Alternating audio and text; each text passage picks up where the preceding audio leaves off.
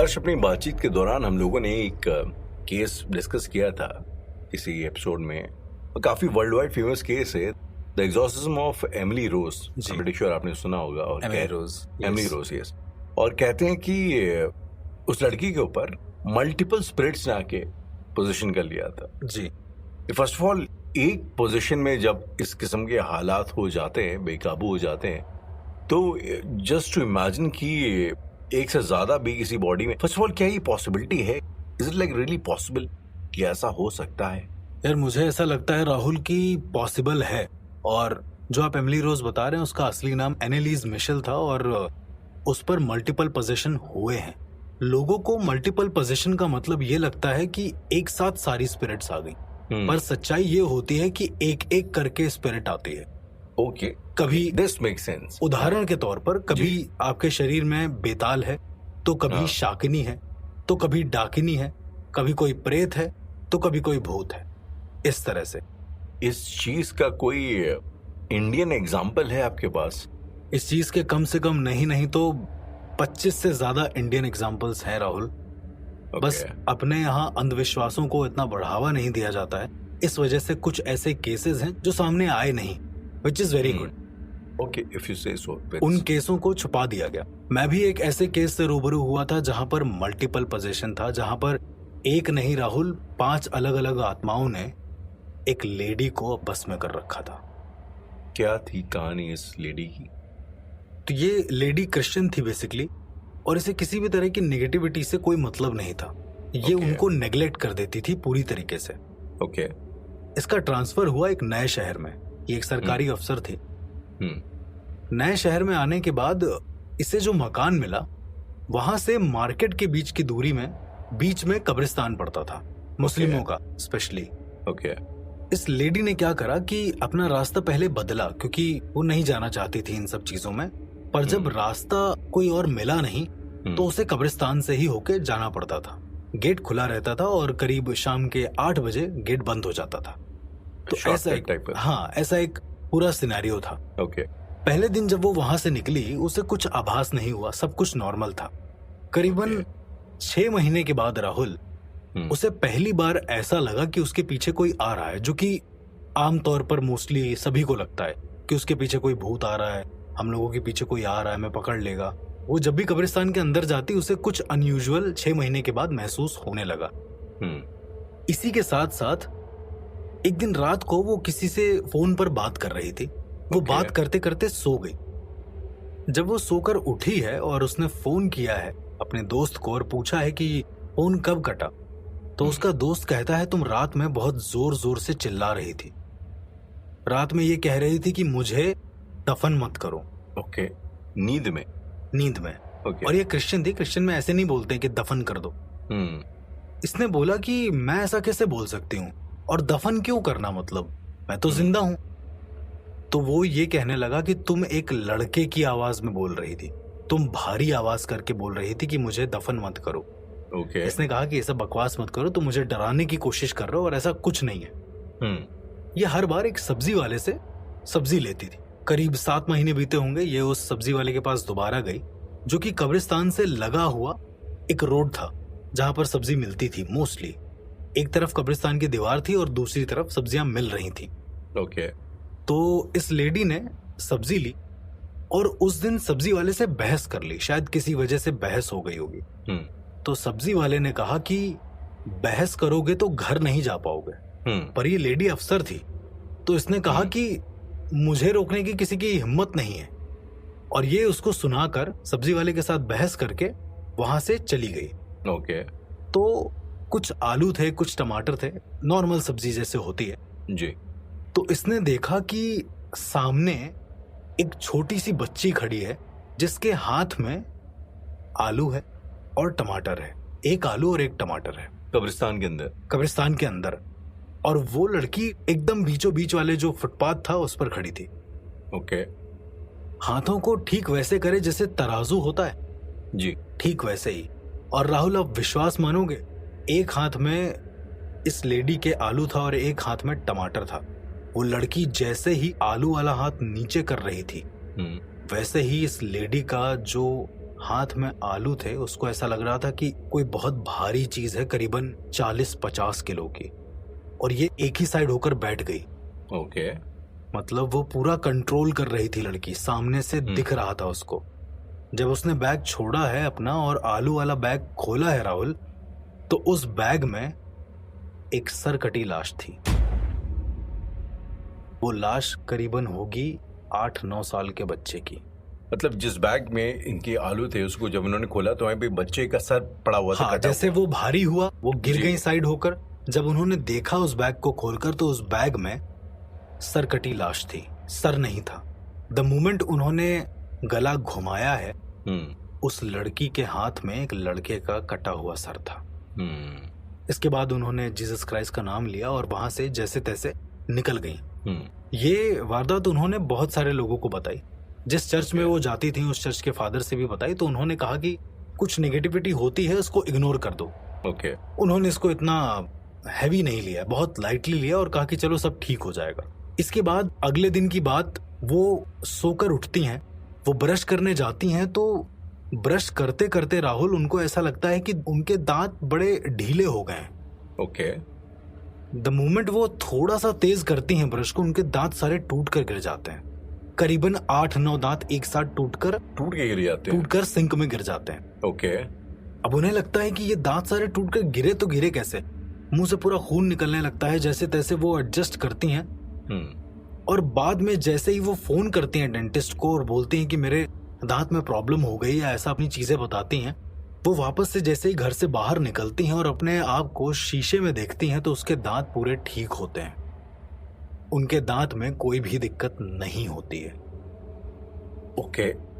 ये कैसे, मतलब तो उनका हेलुसिनेशंस हो रहे थे? 100% ये उनको हेलुसिनेशन ही था, क्योंकि उनके दांत पूरी तरीके से ठीक थे। ओके।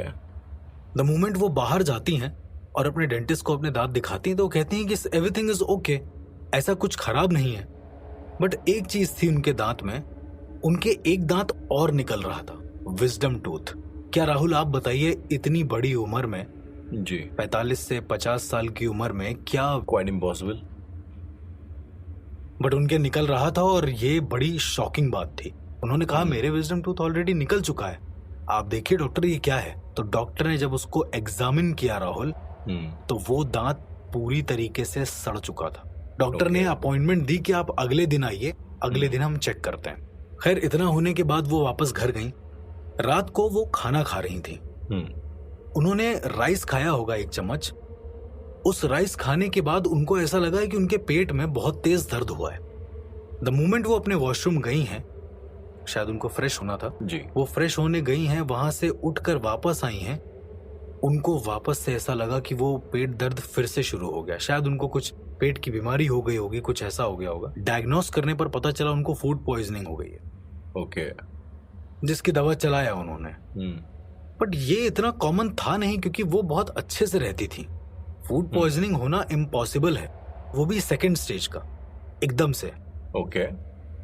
कुछ दिन बीते होंगे राहुल, ऑफिस में उनकी किसी से बहस हुई। कोई आदमी आकर अपने टैक्स के बारे में कुछ बता रहा होगा, कुछ चीजों के बारे में बता रहा होगा, उनसे बहस हुई और अचानक से इनके सर में जोर से दर्द होने लगा। Okay. Just like migraine. Okay. उन्होंने जैसे ही इस चीज को डायग्नोस कराया, उनको पता चला कि उनको 3rd स्टेज का माइग्रेन है। माइग्रेन, ओके, 3rd स्टेज का माइग्रेन है। और उनके ब्रेन में ट्यूमर है छोटा सा। ओके। पर राहुल, एक ऐसा इंसान जो हेल्थ के लिए इतना कॉन्शियस हो, जो एक ऑफिसर हो जी, क्या वो इतनी बड़ी लापरवाही करेगा कि 3rd स्टेज में माइग्रेन तक वो वेट करेगा? या मेक सेंस, शायद नहीं करेगा। इम्पॉसिबल है, क्योंकि उसको पता चलेगा माइग्रेन का पेन कभी ना कभी तो होगा। पर डॉक्टर भी हैरान थे कि अचानक से माइग्रेन का पेन 3rd लेवल पे कैसे। इसके बाद वो उसी कब्रिस्तान वाले रास्ते से घर की ओर जा रही थी। ओके। करीब 7:30 बजे के आसपास की बात होगी, शाम में। हाँ, उन्होंने देखा कि एक आदमी एक घोड़ा लेकर खड़ा हुआ है साइड में। ओके। उसको शायद कुछ खाना वाना खिला रहा था। द मोमेंट उन्होंने आगे कदम रखा है, घोड़े ने बहुत तेज चिल्लाया है। ओके। ये औरत ने जैसे ही पलट कर देखा है, वो आदमी घोड़े का सर काट रहा था। ओके। और वो घोड़े का सर पूरी तरीके से कट चुका था, इतनी स्पीड में वो काट रहा था। ये डर के मारे जैसे ही आगे घूमती हैं, आगे वही बच्ची खड़ी होती है। आलू के थैले वाली। एग्जैक्टली। ओके। ये वहां से बच के जैसे ही पीछे मुड़ती हैं, एक इंसान खड़ा होता है जिसके हेड पर चोट लगी होती है बहुत ज्यादा।